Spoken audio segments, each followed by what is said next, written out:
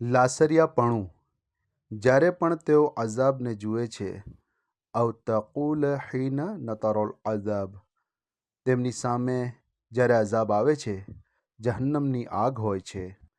લવ અન્ન લી કરવહ ફઅકૂન મિનલ મુહસિનીન, જો અલ્લાહ મને ફરી એક વખત તક આપે તો હું માત્ર એક ઈમાનવાળો બનીને નહીં રહું, હું એક સરેરાશ મુસ્લિમ બનીશ નહીં, હું મુહસિનીનમાંનો એક હોઈશ, હું એહસાન કરનારી વ્યક્તિ બનીશ, હું રોશન થઈ જનાર વ્યક્તિ બનીશ, હું અલ્લાહની એવી રીતે ઇબાદત કરીશ જાણે કે હું અલ્લાહને જોઈ રહ્યો છું. શા માટે? કારણ કે કેટલાક લોકોને માનવા માટે જોવાની જરૂર હોય છે. કેટલાક લોકો ઇલ્મલ યકીન, જ્ઞાન, ચોક્કસ જ્ઞાનમાં માને છે. ફેસલાના દિવસે તેમની સામે જ તેમને ખાતરી થઈ જશે. તમે જાણો છો, અલ્લાહ સુબ્હાનહુ વ તઆલા કહે છે, જેને તેનો અમાલનામું જમણા હાથમાં મળશે તો તે તો લોકોને કહેશે કે લો, વાંચી લો. મને ખબર હતી આ દિવસ આવવાનો છે, હું આના માટે તૈયાર હતો, હું આનાથી વાકેફ હતો.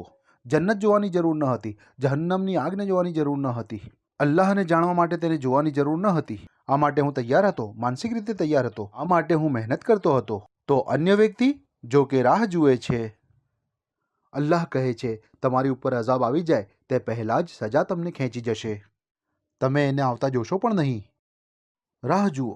તે પોતાની શક્તિઓને ઓળખે છે. હું શું કરી શકું છું એ હું જાણું છું. પણ મારી પાસે સમય છે, હું હજુ યુવાન છું. મારી પાસે સમય છે, મારી પાસે સમય છે, બધું બરાબર થઈ જશે. મારી પાસે હજુ આખી જિંદગી પડી છે. કોલેજ પછી હું ગંભીર થઈ જઈશ, લગ્ન બાદ હું ગંભીર થઈ જઈશ, આના પછી હું ગંભીર થઈ જઈશ. અને ખબર છે, લગ્ન બાદ તમે શું કહેશો? મારો ધંધો ગોઠવાઈ જાય પછી હું ગંભીર થઈ જઈશ. અરે બાળકો થયા બાદ હું ગંભીર થઈ જઈશ. ગંભીર થઈ જઈશ, હું ચોક્કસ ગંભીર થઈ જઈશ. આવો માણસ જ્યાં સુધી પોતાની સામે આ જહન્નમની આગ નથી જોતો ત્યાં સુધી જાગતો નથી. અને તેઓ પોતાની શક્તિઓને નકારતા પણ નથી.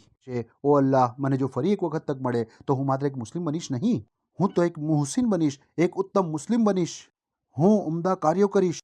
ખરું ને? હું તો આખી દુનિયામાં ફરી ફરીને ફક્ત અલ્લાહ માટે કાર્યો કરીશ. હું મારું જીવન સમર્પિત કરી દઈશ. ઢીલ કરનારી વ્યક્તિ ન બનો, કારણ કે તમે જાણો છો એ વ્યક્તિ મરતા મરતા પણ કહેશે, ઓ અલ્લાહ, મને ફરીથી લઈ લે. ઉલેમા જણાવે છે કે આ આયતમાં એ વ્યક્તિ વિશે વાત થઈ રહી છે જે મરી રહી હોય. હજુ તમે મૃત્યુ પામ્યા નથી અને તમે કહો છો મને ફરીથી લઈ લે, મને ફરીથી લઈ લે, કે જેથી કરીને હું મારી પાછળ જે છોડી આવ્યો છું તે સુધારી લઉં. આ માત્ર એક શબ્દ હતો અને તમારું મોત આવી ગયું. શું અલ્લાહે તમને ચેતવ્યા ન હતા? શું અલ્લાહે તમને ચેતવ્યા ન હતા કે તે તમારી ઉપર જલ્દીથી આવશે અને તમારી પાસે મોકો પણ નહીં હોય? અલ્લાહ સુબ્હાનહુ વ તઆલા ન્યાયના જબરજસ્ત દિવસની ભયાનકતા અંગે આપણને જણાવે છે. આકાશ ફાટી રહ્યું છે, સૂર્ય પોતાની તેજસ્વીતા ખોઈ રહ્યો છે, તારાઓ ખરી રહ્યા છે, પૃથ્વી ફાટી રહી છે, પર્વતો ડટ્ટાની જેમ ફરતા દેખાય છે, તમારી આસપાસની દરેક વસ્તુ છૂટી પડી રહી છે.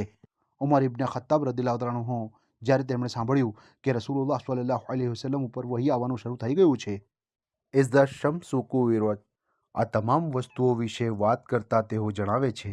તેઓ કહે છે, અલિમત નફ્સુન મા કદ્દમત વ અખદરત, એક ક્ષણે માણસને ખબર પડશે તે પોતાની સાથે શું લઈ ગયો છે અને શું છોડી આવ્યો છે. અને ત્યારબાદ તેમણે જે કહ્યું તેનો આયતમાં ઉલ્લેખ થયો. વહી એમના શબ્દોમાં જ આવી કે એ દિવસે વ્યક્તિને બે વસ્તુઓની ખબર પડશે. મા કદ્દમત, હું આગળ શું લાવ્યો. તમને ખબર છે, ફિલ્મોમાં જ્યારે માણસ મૃત્યુ પામતો હોય છે ત્યારે તેના પૂર્વ દ્રશ્યો શરૂ થઈ જાય છે. તમે જાણો છો તે ખરેખર હકીકત છે.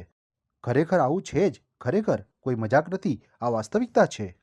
માણસ મૃત્યુ પામે છે ત્યારે તેને ભૂતકાળની ઘટનાઓ યાદ આવે. તમને જણાવી દઉં, સુબહાનલ્લાહ, એક મનોવૈજ્ઞાનિકને હું સાંભળી રહ્યો હતો. તેમણે કહ્યું કે માણસ મૃત્યુ અવસ્થાની ક્ષણોના 20 સેકન્ડમાં 80 વર્ષ સુધીની ઘટનાઓનું અવલોકન કરી શકે છે.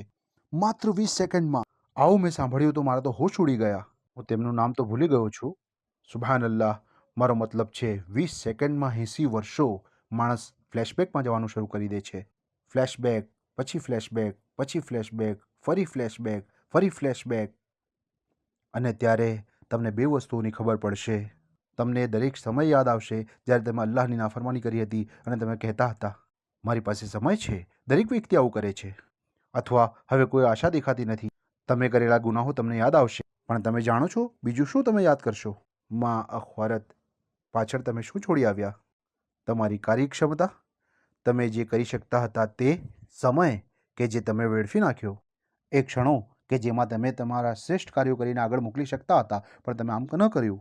તમારી યુવાનીની પળો, તમારા સ્વાસ્થ્યની ક્ષણો તમારી નવરાશની, સારી નાણાકીય સ્થિતિની પળો, તમારા જીવનની એ પળો જ્યારે તમને તક હતી પણ તમે તમારાથી બનતા શ્રેષ્ઠ કાર્યો ન કર્યા.